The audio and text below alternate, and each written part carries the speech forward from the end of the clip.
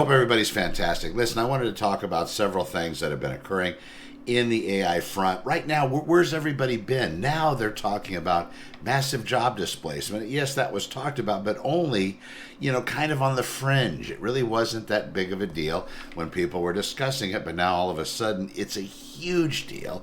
And I think, yes, absolutely, I think it's very smart people are starting to pay attention to that. But what happened?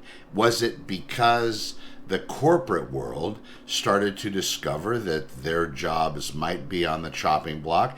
Could it be that attorneys and medical professionals and educators also see that maybe there's a chance that artificial intelligence, those systems out there, if they're actually structurally designed to handle those particular types of industries, focused on those, task enabled to just handle law, to just handle medicine, to just handle education?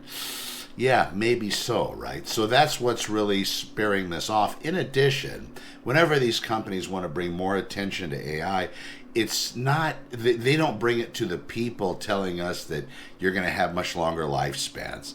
You're not going to have any disease. You're going to be able to just basically be in your best shape without lifting one weight, and you're not going to be fat, and you'll still be able to eat a lot of the things that you really enjoy without having issue.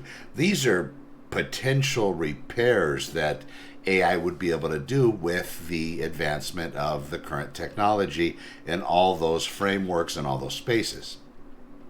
They don't tell us that. It's not the utopia they're selling us on.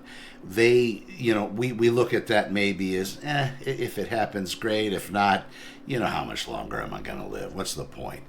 But on the other side, if they create and start talking about the displacement, the interruption, the dystopia that could be created by artificial intelligence, even if they're the ones building it, what happens? Well, that brings a lot more attention to it. So a lot more people are going to start tuning in, going to start talking about it, discussing it, and they're going to start using it. They're going to start going out and looking at the different AI models, figuring out how to best adapt to it, how to best understand it, because know thy enemy is kind of an important strategy, especially in life.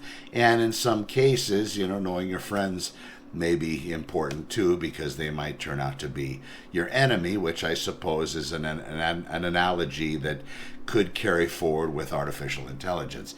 But I did take some notes here when we were going through watching these videos recently. A lot of no coding platforms, so you can get out there and you can basically speak a website, speak a web app or a funnel, or maybe even an entry form into existence by one of these websites. And I know how much different that was when I first started coding and punching in very, very simple games into a Timex Sinclair back in 1983, 84. It was a whole lot different. And then when I got into real estate back in 1998, the internet started to become more and more powerful. We had America Online, the dial-up service, and then from there we went into a faster connection, but that was 56K, I believe it was, that particular connection. So incredibly slow, just to give you an idea. So you would actually see, if you were looking at some image, you could even find an image, but if you were looking at an image online, it would load almost line by line in a pixel type format. Now everything's almost instantaneous, and of course we're completely spoiled, at least from where we were. But looking at the way that the advancement of the internet was, then we had people building websites for the real estate business, and it was thousands of dollars, tens of thousands of dollars, depending on what you had built. And the websites weren't great. They weren't incredibly functional. They were basically an informational page at the beginning. Then WordPress came about, and then you started having more blogging, so there was a lot more content online.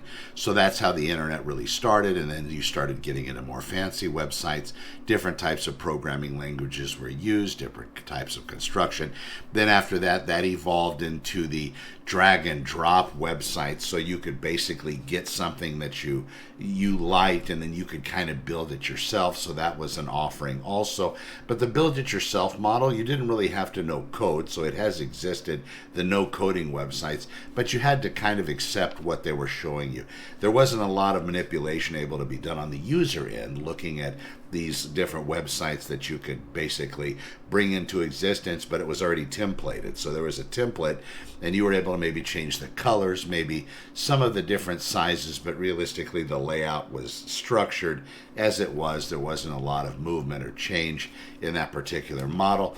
And then now, you can still hire programmers, but now using some of the systems that I have in my SaaS business and also real estate, I'm able to actually take coding from one platform. If I have a CRM, for example, that I use in my business development, so it's basically my contact database that I use for other businesses as well. So if somebody wants to have me build them some kind of a system, I can actually get their current client list and past client list, take that, and I have a database for that. But that database, that's really the key component of any good business, how that database is going to be attended to. There's going to be people in that system that need to be nurtured, people that need to be contacted from time to time, past clients, if they haven't actually given a review for the business. That's another thing. So reputation management's huge. Anyway, so I put together these structures, but the point is now I can go and I can say, listen, I want this type of website. I want it to look like this, and I want it to have these particular features, and it's going to be for this type of business. And then I take these different funnels that I have, forms and pages that all connect to that CRM, and I plug them, the client relationship management system, or the CRM. There's different meanings for that CRM, but basically that's the database. So anyway, I take that, so it's now connected, and once it's connected, then when somebody enters their information anywhere, whether it's on Facebook, if somebody's asking a question, Instagram or TikTok, or any of the other systems, LinkedIn, or even sends an email or a text message, all of a sudden now there's triggers in place. When something happens on this end, then the system itself generates something else, but all of this is kept track of in a particular easy-to-use seamless database. So it's changed so much. You have the front-end development, which again used to be super expensive. Now the price of admission is just knowledge about how these systems work, how they're put together, and then from there somebody's able just to make something incredibly beautiful. And if you don't know this, if you use Canva, and Canva is a very inexpensive, you can actually web code, you can have a voice to web app in there. You can vibe code a web app if you would like, a web page, a website. You can put this together in Canva. You just tell it what you want and it builds it out. Now there's other systems like make.com and Replit. These do very, very similar things, and some of them go a little bit deeper. Some of them have a better coding sequence. I do know that Gemini also does this. But if you haven't played with it and you have some kind of an idea and you say, you know what, I'd like something to keep track of, and I did this recently, something to keep better track of my fasting schedule. So with fasting, everything that I've seen, it's more of a stopwatch. So it takes time from when you begin the fast until you carry it all the way through. And some of them give you, good stuff. It says, after 72 hours, more than likely you're deep in ketosis and you're in autophagy. Maybe back up a little bit. Maybe after 36 hours of fasting, you've gone through all the sugar that's stored in your liver in the form of glycogen. You burn through all those, 2,000, 2,500 calories, and now you're starting to burn stored body fat, which is ketosis. And that's incredibly important because you see these little goals that are being hit by just you fasting over a particular period of time. So I wanted an app, though, that did that with a countdown timer, because usually I don't approach it and say, well, I'm going to fast as long as I can. I have an end time or an end date. So if I'm going to do a 5-day fast like I'm on this week, so I started fasting yesterday evening, Sunday, about 9, well, I guess the last bite of food I probably had was about 6 p.m. So I'm going to be done there, and I won't refeed until Saturday, this coming Saturday in the later afternoon.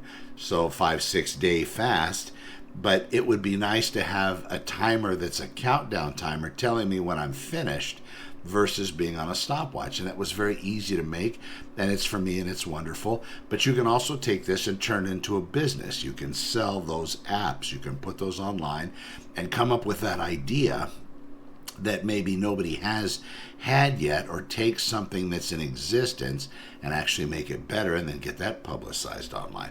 Now, I do have a system that I use for this, and mine is Replit. It's just wonderful for that. As far as my software, that's honorelevate.com. But any one of these systems work, and that's something I believe that artificial intelligence is really moving towards. It's going to make it a lot more simple to do certain things. Now, on the other end of it, when you have this incredible job loss that's being talked about, that would be something, of course, depending on your type of profession, that you might want to at least ponder. And what it would be basically some kind of AI agent, something that has been constructed that can do your present job. So see if something like that even exists. If you're a plumber, that's probably going to be a while before they have a robot that can do that type of work. Electrician, same thing.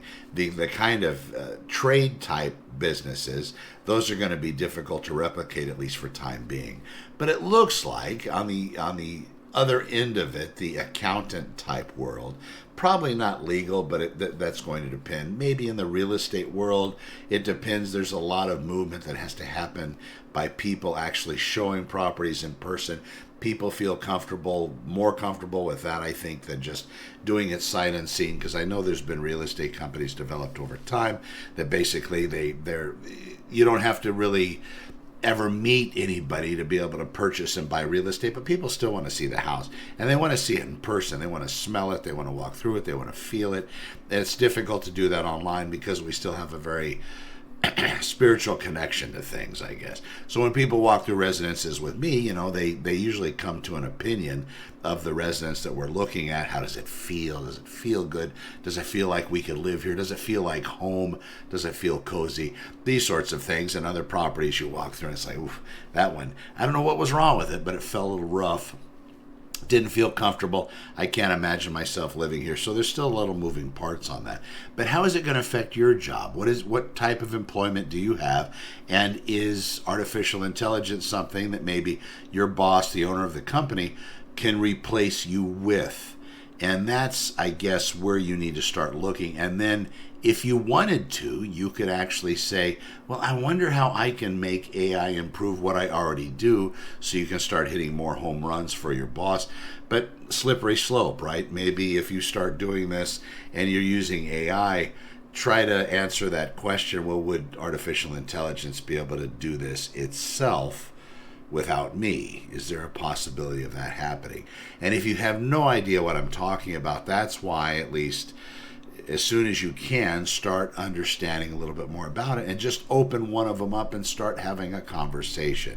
Just talk to it. I think that's a great place to start. You don't have to go out and buy all these courses on how to learn these different things. Again, that's a monetary tool for the people that have come up with that idea, and apparently it's paying them very well. You don't need to start expending money on this. All you need to do is start using it and just asking it those basic questions. Listen, I have this type of job. This is what I do. How can you make my job, make me shine more, make me do a better job, make me more productive for my boss and my business, without basically causing my boss to say, well, he's changed so much. Now he's using AI. Why do we even need him? Why don't we just use AI to do what he's been doing? So don't write yourself out of a job if you happen to be the script writer, but at least see how that could affect your job. So maybe you can head off any of these issues at the pass. Your boss comes to you and they say, hey, listen, we're going to let you go because we have artificial intelligence, or whatever BS reason they might use. You'll be able to stand up and say, I've been giving this a lot of thought, and actually I've done some research on this. You can do what you want, but I think in the end, these are the problems you're going to face that you're not going to be able to fix, where my human element comes in and will be able to keep the client retention that we expect, or keep the business moving in this particular direction like we expect, or we have had with my past performance. I think that type of preparation's key, and it would be something to definitely consider, no matter what type of line of work or what type of job you happen to be in. Now, in addition to that, I would also say, when you're looking at the news regarding AI or any kind of news, and I had this conversation a couple days ago with somebody at an open house, the news always seems to be bending one way. There's never anything, just the facts. Like Ukraine, launched drones against Russia. There's always feelings to it. Or like Putin isn't paying attention to this. There's always feelings to it. Or Trump did this, or Schumer did this, or whomever it may be. There's never anything just the facts. That's the same thing that we're going to start seeing with the news outlets talking about artificial intelligence. What it was is at the beginning it was talking about this utopia that could be created. Now it's talking about a dystopia that could be created. Now you don't really know what the truth is. Also, a lot of the AI news networks, they're not doing real people video. They have actual, God, I can't believe it. They're clones in place. They're avatars that look just like them that are doing these videos. And you can see the blinking's a little off and the hair movement. If I had hair, at least up here, maybe it wouldn't flow correctly. But they're getting pretty good. And in fact, you give it a couple, 2 or 3 weeks, and you're not going to be able to tell the difference from anything that's published online with the video models that have come out and all these other things. So you have to do more research to make sure what you're seeing is actually true and the real deal. That's huge. And if you don't do that, you're going to be facing, going crazy all the time, because you're going to be watching incorrect news, inaccurate news, and it's going to just drive you nuts, and it's probably going to raise your blood pressure and cause all of these different issues. So stay away from believing everything you see. Become more of a critical thinker when you're watching somebody talking about artificial intelligence or their business or the news. Is it really them? Is it them talking? Is it somebody that they put together with AI? Now, if business is going to use an AI avatar or an AI clone to be able to talk about their business using their same voice, same mannerisms, same movements with just a script that they put in there, somebody put in the script. Somebody put together the script, and hopefully they read the script. And if the AI bot's going to be coming up or speaking it or acting it out, that's fine. I understand that. You might not like that. I'm not a big fan of that either. I'd rather see the real person take, 17 minutes so far? Take a few minutes and just put together something themselves. These aren't fancy. These aren't hard to do. I know a lot of people do a lot of retakes because I screw up and this and that. I don't. I just shoot it once and then I put some captions on it. If I have pauses in here, I'll ask the machine to cut out the pauses so it kind of jumps from frame to frame. You'll see that. But that's it. It's really me. There's going to be more proof in the future required by a lot of things that are going to be published. Is this actually been generated by AI? Was AI used in the making of this? Where's that showing of proof? I think that's something, I know Biley was talking about this a couple of days ago on a show. That's kind of that area that people would want to see, maybe more verification and showing what actually is artificial intelligence generated, maybe what that percentage is, or is it actually generated by a human being? If you start looking at AI news and AI information, you're going to find out that there's a lot of junk out there being created with these fancy voices that are tuned just to our own hearing that we love to listen to. And they're talking about basically splicing in all of the news from the past couple months. So you're not even seeing anything that's relevant. You're seeing stuff from a couple months ago. And while that might be cool if you're playing catch up, right now I'm to that point that I got to see it. If it's not in the last 12, 24, 36 hours, I'm watching it so much that I move on to something else. And there's a couple, a few people that I really pay attention to because they're real people. They're not clones of themselves, and they make it a point of making that a point whenever they're doing videos. And then, they're experts in that space.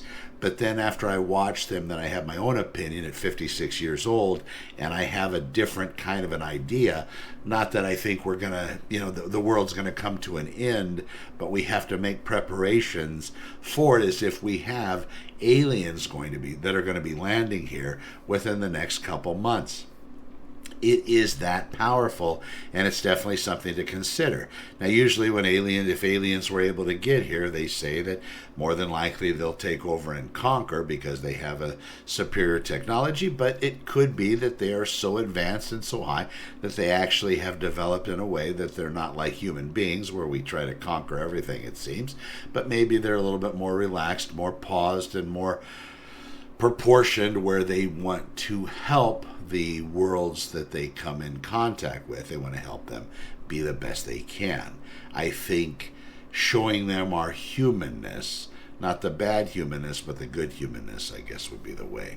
We'll have to see how it works out. I do know that a lot of people are working on it. I do know that they're starting to pay a little bit more attention to the safety aspect of it and maybe asking more questions as they develop. Should we be building this? Should we put it together this way? Should we make it completely autonomous? Should we make it the general intelligence where basically one system has all the knowledge, smarter than every human being in every field of work? Or should we make it more aligned to different types of segmented works out there? Maybe something just for medical, something to do the bio research on disease, something to do research on longevity, the legal aspect of it, the law enforcement aspect of it. You see how that breaks down. So is it a whole bunch of those super highly trained systems that work in those very specific niches? Or is it going to be something more general in nature? I think everybody's going for the general one that's going to have everything plugged in there. And then after that, it goes to the super intelligence, which I think we're going to see a bunch of human beings starting to, and I've seen this lately too, starting to worship it as God. Watch out for that. If you have some kind of religious basis, that's really a good place, a good thing to have. I do know, as far as I'm concerned, my whole process here with Scripture is it keeps me centered. I know what's in this document. I know what's in this, as far as I'm concerned, inspired Word of God. I know what's in here. So I understand this. There's going to be a lot of deep fakes. There's going to be a lot of information that's not true. And it's going to very slowly, it's not going to be all at once. If today you believe that, we have a flat earth, it's not going to make you believe we have a round earth just by telling you if you're one of those flat earth people. I'm not sure if they're even out there. But if you're that type, if you just understand the analogy, if you're a flat earther, they're not going to just make you a round earther overnight. You wouldn't dare fall for that. If you believe that this is the Word of God or not, I can't tell you that it is, and you're not going to just believe it. Oh my God, this guy Connor, he said it was real, so now I believe where I didn't all my life. That's not going to happen. But it's slow. It's meticulous. And they know our programming. They know how we're set up. They know what we like. They know how to get our dopamine moving. And these systems are very, very smart. They're going to get you to buy things and change your mind in ways that maybe you don't want to have changed. And of course, can you avoid it? You're not Amish, more than likely, if you're watching this. But nothing against the Amish. They're not connected, I think. But is it going to affect them? Who knows? Watch out for yourselves. Be good to each other. Start asking questions. Is it real what I'm seeing? What's the reason why they're talking this way? Is there a particular advantage? What are they trying to do by discussing it in this manner? Ask yourself good questions. Watch out for each other. I'm Connor with Honor. We will see you in the next one. Thanks for watching.